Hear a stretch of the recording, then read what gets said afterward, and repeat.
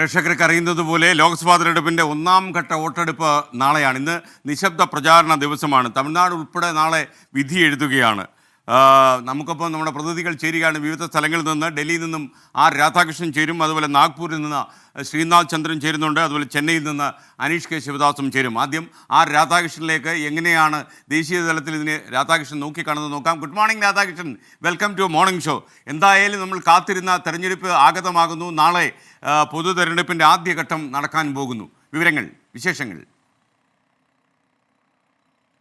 തീർച്ചയായിട്ടും SKN 18ാം ലോക്സഭ രൂപീകരിക്കാനായിട്ടുള്ള നടപടിക്രമങ്ങളിലേക്ക് കടക്കുകയാണ് രാജ്യം.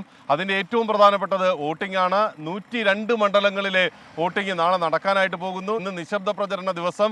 ആ നിശബ്ദ പ്രചരണ ദിവസം ഈ 17 സംസ്ഥാനങ്ങളിലെ 102 മണ്ഡലങ്ങളിലും ഏറ്റവും ശക്തമായിട്ട് അവസാന സാധ്യതകളും ഉപയോഗിച്ചുകൊണ്ട് തങ്ങൾക്ക് അനുകൂലമായി സാഹചര്യത്തെയും അടിയൊഴുക്കിനെയും മാറ്റുക എന്ന ലക്ഷ്യത്തിലാണ് രാഷ്ട്രീയ പാർട്ടികൾ ഉള്ളത്. അതിനു വേണ്ടിയിട്ടുള്ള ശ്രമങ്ങളാണ് അവർ നടത്തിക്കൊണ്ടിരിക്കുന്നത്. ദേശീയ നേതാക്കൾ എല്ലാവരും ഇന്ന് പ്രചരണ രംഗത്ത് സജീവമായിരിക്കും. വിവിധ സ്ഥലങ്ങളിൽ റാലികളിൽ രംഗത്ത് എത്തും. പ്രധാനമന്ത്രി നരേന്ദ്രമോദി, രാഹുൽ ഗാന്ധി അടക്കമുള്ള നേതാക്കന്മാരായിരിക്കും ഈ പ്രചരണ രംഗത്ത് ഉണ്ടാവുക. കോൺഗ്രസിനെ സംബന്ധിച്ചും BJPയെ സംബന്ധിച്ചും ഈ തെരഞ്ഞെടുപ്പ് ഏറെ നിർണായകമാണ്. 2024 അധികാരത്തിലെത്തുക എന്നുള്ളത് ഈ പാർട്ടികളുടെ ഏറ്റവും അടിസ്ഥാന ആവശ്യങ്ങളിലൊന്നായി നിലനിൽക്കുകയും ചെയ്യുന്നുണ്ട്. മൂന്നാമതൊരു തവണ കൂടി അധികാരത്തിലെത്താൻ സാധിച്ചാൽ നരേന്ദ്രമോദിയെ സംബന്ധിച്ചും BJPയെ സംബന്ധിച്ചും രാജ്യത്ത് അവരുന്നയിക്കുന്ന വ്യത്യസ്തങ്ങളായിട്ടുള്ള ആശയങ്ങൾ നടപ്പാക്കാനായിട്ടുള്ള സാഹചര്യമാകും ഒരുങ്ങുക. മറുവശത്ത് രാഹുൽ ഗാന്ധിയുടെ നേതൃത്വത്തിലുള്ള ഇന്ത്യ മുന്നണിയെ സംബന്ധിച്ച് അധികാരത്തിലെത്തുക എന്നുള്ളത് BJPയെ ചെറുക്കാനും ഇപ്പോൾ നടക്കുന്ന നടപടികളെ ഒക്കെ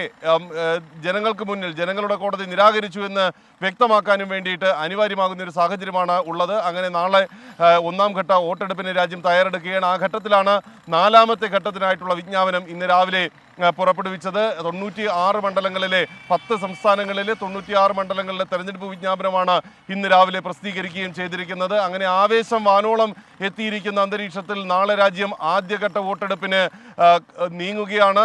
രാവിലെ 7 മണി മുതലായിരിക്കും ജനങ്ങൾ ഈ 102 മണ്ഡലങ്ങളിൽ മഷി പുരട്ടി തുടങ്ങുക വിരലുകളിൽ. SKN. Thank you are Radhakrishnan. പ്രിയപ്പെട്ട മുംബൈ മലയാളികളോട് ഞാൻ എപ്പോഴും പറയാറുണ്ട്, മഹാരാഷ്ട്രയിൽ ഇപ്പോൾ നമുക്ക് ബ്യൂറോ ഉണ്ട്.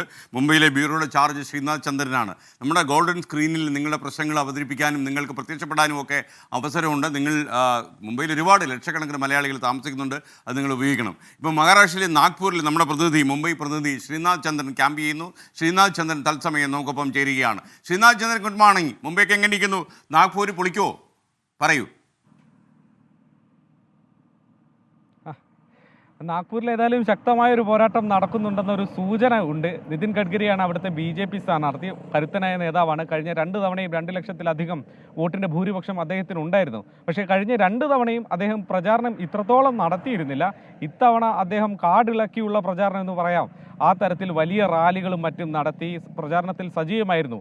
അത് തന്നെ സൂചിപ്പിക്കുന്നുണ്ട് ഇവിടെയുള്ള പോരാട്ടം കുറച്ചുകൂടി കടുത്തതാണ് എന്നത്. ഏതായാലും ഞാനിപ്പോൾ നാഗ്പൂരിൽ നിന്ന് ഗഡ്ചിറോളിയിലേക്കുള്ള വഴിയാണ്. ഗഡ്ചിറോളി മറ്റൊരു മണ്ഡലം. ഈ ആദ്യഘട്ടത്തിൽ 5 മണ്ഡലങ്ങളിലാണ് മഹാരാഷ്ട്രയിൽ വിധി എഴുതാൻ പോകുന്നത്.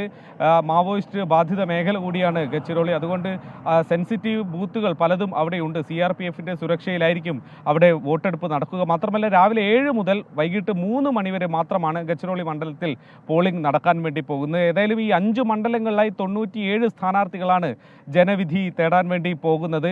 ഏതാണ്ട് 95 ലക്ഷത്തോളം വോട്ടർമാർ വോട്ടെടുപ്പിൽ പങ്കെടുക്കും. ഒപ്പം തന്നെ 10,000-ഓളം ബൂത്തുകളാണ് ഇതിനുവേണ്ടി സജ്ജീകരിച്ചിരിക്കുന്നത്. അങ്ങനെ ഒരു വലിയ സന്നാഹം തന്നെ ഈ വെറും 5 മണ്ഡലങ്ങളിലാണെങ്കിൽ പോലും വേണ്ടി വരുന്നുണ്ട്.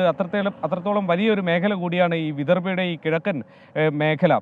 ഏതായാലും കോൺഗ്രസിനും BJPക്കും വലിയ പ്രതീക്ഷയും അതുപോലെ തന്നെ ബാധ്യതയും ഒക്കെ തന്നെ ഉണ്ട്. കാരണം ഈ 2006 ശേഷം BJP ഈ മേഖലയിൽ വലിയ ശക്തിയുള്ള ഒരു പാർട്ടിയാണ്. അവർക്ക് അത് നിലനിർത്തേണ്ടത് ആവശ്യമാണ്. കഴിഞ്ഞ ലോക്സഭാ തെരഞ്ഞെടുപ്പിൽ ഒരേ ഒരു സീറ്റ് കോൺഗ്രസിന് കിട്ടിയത് അത് ചന്ദ്രപൂരിൽ നിന്നാണ്. ഈ ആദ്യഘട്ടത്തിൽ ചന്ദ്രപൂരിലും വോട്ടെടുപ്പ് നടക്കുന്നുണ്ട്. അവിടെ നിലനിർത്തുക. ഒപ്പം തന്നെ പരമ്പരാഗതമായി കാലാകാലങ്ങളെ മുൻപ് കോൺഗ്രസ് ഉണ്ടായിരുന്ന ഒരു മേൽക്കോയ്മ 2006 ശേഷം അത് കൈവിട്ടുപോയി. അത് തിരികെ പിടിക്കേണ്ടത് കോൺഗ്രസിനും നിർണായകമാണ്. അങ്ങനെ 2 പാർട്ടികൾക്കും നിർണായകമായൊരു മേഖലയിലാണ് നാളെ ഇപ്പോൾ വോട്ടെടുപ്പ് നടക്കാൻ വേണ്ടി പോകുന്നത്. SK. Okay, thank you Sreenath Chandran.